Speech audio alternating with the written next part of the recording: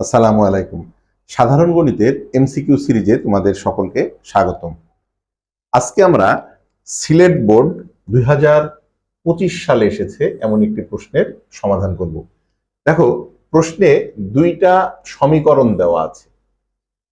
3x - 4y = 1, আরেকটি সমীকরণ দেওয়া আছে 9x - +py = 3। প্রশ্নে বলেছে সমীকরণ জোটে পি এর মান, এখানে একটা পি দেওয়া আছে, বলছে যে পি এর মান, এই যে পি এর মান কত হলে তাদের অসংখ্য সমাধান থাকবে। দেখো, এই অসংখ্য সমাধান কখন থাকে তোমাকে আগে এইটা জানতে হবে।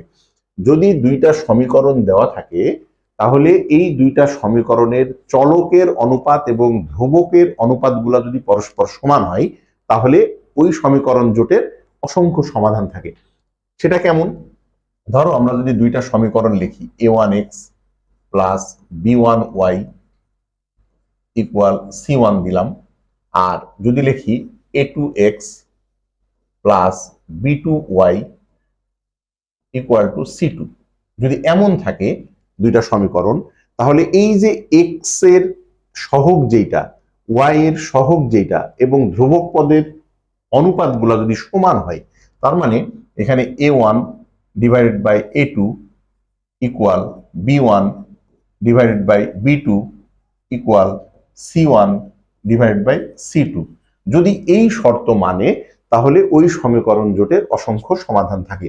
এখন এই সমীকরণ দুটায় আমরা যদি এই ফরম্যাট বিবেচনা করি তাহলে কি আসবে একটু খেয়াল করে দেখো তো, যে এইখানের x এর সহগ কত 3, এখানের x এর সহগ 9, তাহলে আমরা লিখতে পারি কত 3/9 ইকুয়াল, এইখানে দেখো তো y এর সহগ কত -4, আর এখানে y এর সহগ কত p, তাহলে উপরে আমরা লিখতে পারি -4 / p ইকুয়াল, এখানে ধ্রুবক পদ কত 1, এখানে 3, তাহলে আমরা উপরে লিখবো 1, নিচে লিখবো 3। এখন আমাদের প্রশ্নে চেয়েছে কিন্তু p এর মান, তাহলে p আছে আমাদের মাঝখানের রাশিটাই, তাহলে তুমি মাঝখানের সাথে এইটারও কম্পেয়ার করতে পারো, আবার মাঝখানের সাথে প্রথমটারও কম্পেয়ার করতে পারো, যেটাই করো না কেন আমাদের উত্তর একই আসবে। এখন আমরা যদি এই শেষের দুইটা কম্পেয়ার করি, দেখো তো এইটা কম্পেয়ার করি, তাহলে আমাদের উত্তরটা কত আসবে আমরা একটু খেয়াল করি। দেখো, তাহলে এইটা যদি আমরা আড়াআড়ি গুণ করি,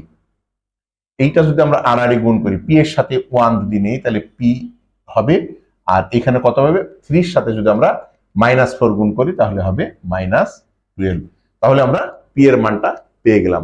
তাহলে এই প্রশ্নের সঠিক উত্তর হচ্ছে আমাদের -12। এখন যদি তুমি এই পাশেরটা কম্পেয়ার করো তাও দেখো এখানে কত হবে 3p, আড়াআড়ি যদি গুণ করো তাহলে হবে 3p ইকুয়াল কত হবে -4 36 হবে। তাহলে p এর মান কত হবে, p ইকুয়াল হবে -36 / 3, কাটাকাটি করলে কত হবে 3 × 12 -12, একই উত্তর আসবে। তাহলে এই ধরনের সমাধান তোমরা অসংখ্য সমাধান যখন চাবে তখন এই ফরম্যাটটা মাথায় রেখে তোমরা সমাধান করতে পারবে। আশা করি গাণিতিক সমস্যাটা বুঝতে পেরেছো।